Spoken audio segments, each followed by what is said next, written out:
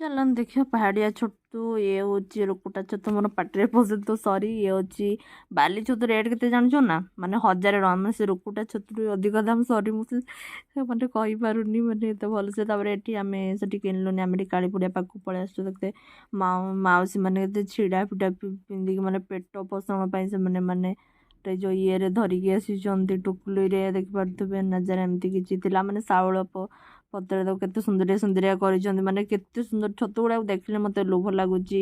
କଇ ମାନେ ଛତୁ ଗୁଡ଼ା ମିନିମମ୍ 40-50 ଟଙ୍କା। କାରଣ ବର୍ଷରେ ଥରେ ବର୍ଷା ଏଇଗୁଡ଼ାରେ ସବୁ ମାନେ ଫୁଟେ, ବର୍ଷକୁ ଥରେ। ସେମାନେ କେତେ କଷ୍ଟ କରି ନିଜ ପୋଷଣ କରିକି ଆଣୁଛନ୍ତି। ଏତେ ଦେଖିବେ ବଡ଼ ଘର ଲୋକମାନେ ବାର୍ଗେନିଂ କରୁଛି। ଆକ୍ଚୁଆଲି ଆମେ ଦେଖ ଆଜିକାଲି 20 ଟଙ୍କା ଭ୍ୟାଲୁ କିଛି ନାହିଁ। ସେମାନେ ନିଜ ପେଟ ପୋଷଣ ପାଇଁ 20 ଟଙ୍କା ହିଁ କରୁଛନ୍ତି।